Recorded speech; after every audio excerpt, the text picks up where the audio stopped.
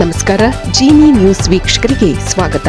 ಮಲೆ ಮಹದೇಶ್ವರ ವನ್ಯಜೀವಿ ವಿಭಾಗದಲ್ಲಿ 5 ಹುಲಿಗಳ ಅಸಹಜ ಸಾವಿಗೆ ವಿಷ ಪ್ರಾಶನವೇ ಕಾರಣವೆಂದು ಪ್ರಾಥಮಿಕ ತನಿಖೆಯಲ್ಲಿ ದೃಢಪಟ್ಟಿದೆ. ಮಲೆ ಮಹದೇಶ್ವರ ಬೆಟ್ಟದಲ್ಲಿ 5 ಹುಲಿಗಳ ಸಾವಿಗೆ ವಿಷ ಪ್ರಾಶನವೇ ಕಾರಣ ಅನ್ನುವುದು ಮರಣೋತ್ತರ ಪರೀಕ್ಷೆಯಲ್ಲಿ ದೃಢಪಟ್ಟಿದೆ.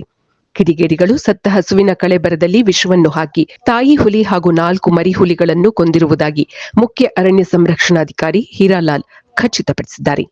ಈ ನಡುವೆ ತನಿಖೆ ಚುರುಕುಗೊಳಿಸಿದ ಅರಣ್ಯಾಧಿಕಾರಿಗಳು ಹುಲಿಗಳಿಗೆ ವಿಷ ಹಾಕಿದ್ದ ದುಷ್ಕರ್ಮಿಯೊಬ್ಬ ಸೇರಿ 6 ಜನರನ್ನು ವಶಕ್ಕೆ ಪಡೆದಿದ್ದಾರೆ. ಹಸುಗಳ ಮೇಲೆ ಹುಲಿ ದಾಳಿಯಿಂದ ಕೋಪಗೊಂಡಿದ್ದ ಮಾಲೀಕ ಕಳ್ಳೆಬ್ಬೆ ದೊಡ್ಡಿ ಗ್ರಾಮದ ಶಿವಣ್ಣ ಹಸುವಿನ ಕಳೆಬರಕ್ಕೆ ವಿಷವನ್ನು ಸಿಂಪಡಣೆ ಮಾಡಿದ್ದ.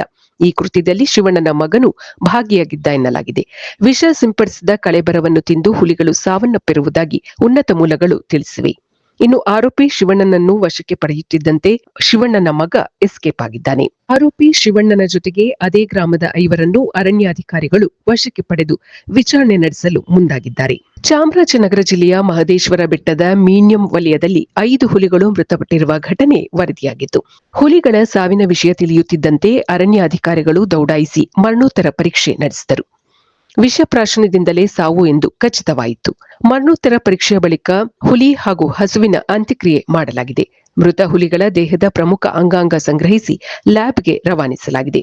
3 ಗುಂಪುಗಳಲ್ಲಿ ಮಾದರಿ ಸಂಗ್ರಹಿಸಿದ್ದು ಪ್ರತ್ಯೇಕವಾಗಿ 3 ಲ್ಯಾಬ್ಗಳಿಗೆ ಸ್ಯಾಂಪಲ್ಗಳನ್ನು ಕಳಿಸಲಾಗಿದೆ. ಸೂಕ್ತ ತನಿಖೆ ನಡೆಸಿ ತಪ್ಪಿತಸ್ಥರ ವಿರುದ್ಧ ಸೂಕ್ತ ಕ್ರಮ ಕೈಗೊಳ್ಳಲಾಗುವುದು ಎಂದು ಸಿಎಂ ಸಿದ್ದರಾಮಯ್ಯ ತಿಳಿಸಿದ್ದಾರೆ. ಮಲೆ ಮಹದೇಶ್ವರ ಬೆಟ್ಟದ ವನ್ಯಜೀವಿ ಹುಲಿ ಸಂರಕ್ಷಿತ ಅರಣ್ಯ ಪ್ರದೇಶಕ್ಕೆ ಅರಣ್ಯ ಸಚಿವ ಈಶ್ವರ್ ಖಂಡ್ರೆ ಮತ್ತು ಹನೂರು ಶಾಸಕ ಮಂಜುನಾಥ್ ಭೇಟಿ ನೀಡಿ ಪರಿಶೀಲನೆ ನಡೆಸಿದರು. ಅಪಾರ ಜನಪ್ರೀತಿ ಗಳಿಸಿದ್ದ ದಸರಾ ಆನೆ ಅರ್ಜುನನ ಪುತ್ಥಳಿ ನಿರ್ಮಾಣವಾಗಿದೆ. ನಾಡಹಬ್ಬ ದಸರಾ ಮೆರವಣಿಗೆಯಲ್ಲಿ ಅಂಬಾರಿ ಹೊರುತ್ತಿದ್ದ ಅರ್ಜುನ ಆನೆ ಭೌತಿಕವಾಗಿ ನಮ್ಮೊಂದಿಗೆ ಇಲ್ಲದಿದ್ದರೂ ಜನರ ಮನಸ್ಸಿನಲ್ಲಿ ಉಳಿದಿದ್ದಾನೆ ಎಂದು ಅರಣ್ಯ ಸಚಿವ ಈಶ್ವರ ಖಂಡ್ರೆ ನೆನೆದಿದ್ದಾರೆ. ಹೆಚ್ಡಿಕೋಟೆ ತಾಲೂಕಿನ ಡಿಬಿ ಕುಪ್ಪೆ ವಲಯದ ಬಳ್ಳೆ ಆನೆ ಶಿಬಿರದಲ್ಲಿ ಅರ್ಜುನ ಆನೆಯ ಪ್ರತಿಮೆಯನ್ನು ಶುಕ್ರವಾರ ಅನಾವರಣಗೊಳಿಸಿ ಅವರು ಮಾತನಾಡುತ್ತಿದ್ದರು.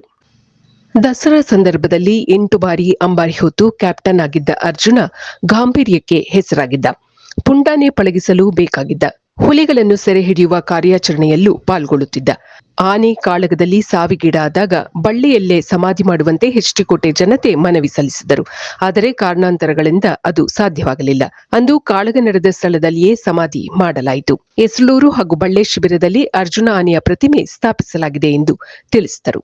ಅರ್ಜುನ ಆನೆಯು ಹಾಸನ ಜಿಲ್ಲೆ ಎಸ್ಲೂರು ಬಳಿ ಮದಗಜ ಸೆರೆ ಕಾರ್ಯಾಚರಣೆ ವೇಳೆ 2023ರ ಡಿಸೆಂಬರ್ 4ರಂದು ಏಕಾಂಗಿಯಾಗಿ ಹೋರಾಡಿ ಮಾಡಿದ. ಮಾವುತ ಹಾಗೂ ಹಲವು ಅರಣ್ಯ ಸಿಬ್ಬಂದಿಯ ಜೀವ ಉಳಿಸಿ ತನ್ನ ಜೀವವನ್ನು ಬಲಿ ಕೊಟ್ಟಿದ್ದ. ಅರ್ಜುನ ಆನೆಯ ಅಗಲಿಕೆಯ ನೋವು ನಿರಂತರವಾಗಿ ಕಾಡುತ್ತಿದೆ ಎಂದು ಸಚಿವರು ತಿಳಿಸಿದರು. ಈ ಸ್ಮಾರಕವನ್ನು ಹಂತ ಹಂತವಾಗಿ ಅಭಿವೃದ್ಧಿಪಡಿಸಲಾಗುವುದು.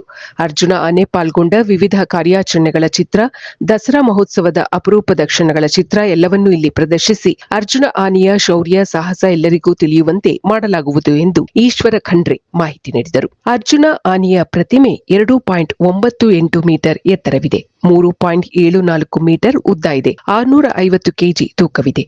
ಆನೆಯ ಶೌರ್ಯ ಮತ್ತು ಸಾಧನೆಯನ್ನು ಎಲ್ಲರಿಗೂ ತಿಳಿಸಲು ಮುಂದಿನ ದಿನಗಳಲ್ಲಿ ಯೋಜನೆಯನ್ನು ಬಳ್ಳಿಯಲ್ಲೇ ರೂಪಿಸಲಾಗುವುದು ಎಂದು ಅರಣ್ಯ ಸಚಿವರು ತಿಳಿಸಿದರು. ಶಾಸಕ ಅನಿಲ್ ಚಿಕ್ಕಮಾದು ಅವರು ಮಾತನಾಡಿ, ಅರ್ಜುನ ಆನೆ ಪ್ರತಿಮೆ ಸ್ಥಾಪನೆಯು ಮುಖ್ಯಮಂತ್ರಿಯವರ ವಿಶೇಷ ಕಾಳಜಿಯಿಂದ ಸಾಧ್ಯವಾಗಿದೆ. 20 ಲಕ್ಷ ರೂಪಾಯಿ ವೆಚ್ಚದಲ್ಲಿ ನಿರ್ಮಾಣ ಮಾಡಲಾಗಿದೆ. ಮಂಗಳೂರು ಮೂಲದ ಶಿಲ್ಪಿ ಧನಂಜಯ ಅವರು ಪ್ರತಿಮೆಯನ್ನು ಉತ್ತಮವಾಗಿ ಮಾಡಿದ್ದಾರೆ ಎಂದು ಅನಿಲ್ ಚಿಕ್ಕಮಾದು ತಿಳಿಸಿದರು. ಮೃತನಾಗಿರುವ ಮಗನ ಸಂರಕ್ಷಿಸಿದ ವೀರ್ಯವನ್ನು ಕೋರಿ ತಾಯಿಯೊಬ್ಬರು ಕೋರ್ಟ್ನ ಮೊರೆ ಹೋಗಿದ್ದಾರೆ. ವಂಶವನ್ನು ಮುಂದುವರಿಸಲು ಮೃತ ಅವಿವಾಹಿತ ಮಗನ ಸಂರಕ್ಷಿಸಿರುವ ವೀರ್ಯವನ್ನು ಫರ್ಟಿಲಿಟಿ ಕೇಂದ್ರದಿಂದ ಪಡೆಯಲು ಅಧಿಕಾರ ಕೋರಿ ತಾಯಿಯೊಬ್ಬರು ಬಾಂಬೆ ಹೈಕೋರ್ಟ್ ಮೆಟ್ಟಲೇರಿದ್ದಾರೆ. ಅರ್ಜಿಯ ವಿಚಾರಣೆ ಮುಗಿಯುವವರೆಗೂ ವೀರ್ಯವನ್ನು ಹಾಳಾಗದಂತೆ ಹಿಪ್ಪುಗಟ್ಟಿದ ಮಾದರಿಯಲ್ಲೇ ಸಂರಕ್ಷಿಸಿಡುವಂತೆ ಕೋರ್ಟ್ ಆದೇಶಿಸಿದೆ. ಕ್ಯಾನ್ಸರ್ ಪೀಡಿತ ಪುತ್ರ ಕಿಮೋಥೆರಪಿಗೆ ಹೋಗುವಾಗ ತನ್ನ ವೀರ್ಯವಿರುವ ದ್ರವವನ್ನು ಸಂಗ್ರಹಿಸಲು ಸೂಚಿಸಿದ್ದ. ಒಂದೊಮ್ಮೆ ತಾನು ಮರಣ ಹೊಂದಿದರೆ ಅದನ್ನು ನಾಶ ಮಾಡುವಂತೆಯೂ ಫರ್ಟಿಲಿಟಿ ಕೇಂದ್ರಕ್ಕೆ ತಿಳಿಸಿದ್ದ. ಆದರೆ ಈಗ ಮಗನ ವೀರ್ಯವನ್ನು ನೀಡುವಂತೆ ತಾಯಿ ಕೇಳಿದ್ದು ಅದಕ್ಕೆ ಫರ್ಟಿಲಿಟಿ ಕೇಂದ್ರವು ನಿರಾಕರಿಸಿದೆ. ನ್ಯಾಯಾಲಯದಿಂದ ಅಧಿಕಾರ ಪಡೆಯುವಂತೆ ಅದು ಸೂಚಿಸಿದೆ. ಈ ಹಿನ್ನೆಲೆಯಲ್ಲಿ ತಾಯಿ ಹೈಕೋರ್ಟ್ ಮೊರೆ ಹೋಗಿದ್ದಾರೆ. ಅರ್ಜಿಯ ವಿಚಾರಣೆಗೆ ಅಂಗೀಕರಿಸಿದ ಕೋರ್ಟ್ ವಿಚಾರಣೆ ಮುಗಿಯುವವರೆಗೂ ವೀರ್ಯವನ್ನು ಹೆಪ್ಪುಗಟ್ಟಿದ ರೀತಿಯಲ್ಲಿಯೇ ಸಂಗ್ರಹಿಸಿಡುವಂತೆ ಫರ್ಟಿಲಿಟಿ ಕೇಂದ್ರಕ್ಕೆ ಸೂಚಿಸಿದೆ. ಮುಂದಿನ ವಿಚಾರಣೆಯನ್ನು ಜೂನ್ 30ಕ್ಕೆ ನಿಗದಿಪಡಿಸಿದೆ. ಫೆಬ್ರವರಿಯಲ್ಲಿ ಮರಣ ಹೊಂದಿದಾಗ ಆ ವ್ಯಕ್ತಿ ಅವಿವಾಹಿತನಾಗಿದ್ದ. ಮಗ ಕುಟುಂಬ ಸದಸ್ಯರೊಂದಿಗೆ ಸಮಾಲೋಚಿಸದೆ ಮರಣದ ಬಳಿಕ ಸಂರಕ್ಷಿಸಿರುವ ವೀರ್ಯವನ್ನು ನಾಶ ಮಾಡಲು ಒಪ್ಪಿಗೆ ಪತ್ರ ಬರೆದುಕೊಟ್ಟಿದ್ದಾನೆ ಎಂದು ತಾಯಿ ವಾದಿಸಿರುವುದನ್ನು ನ್ಯಾಯಾಲಯ ಪರಿಗಣನೆಗೆ ತೆಗೆದುಕೊಂಡಿದೆ. ಇದು ಈ ದಿನದ ಸುದ್ದಿಗಳು. ನಿರಂತರ ಸುದ್ದಿಗಳಿಗಾಗಿ ವೀಕ್ಷಿಸುತ್ತಿರಿ ಜೀನಿ ನ್ಯೂಸ್. ನಮಸ್ಕಾರ.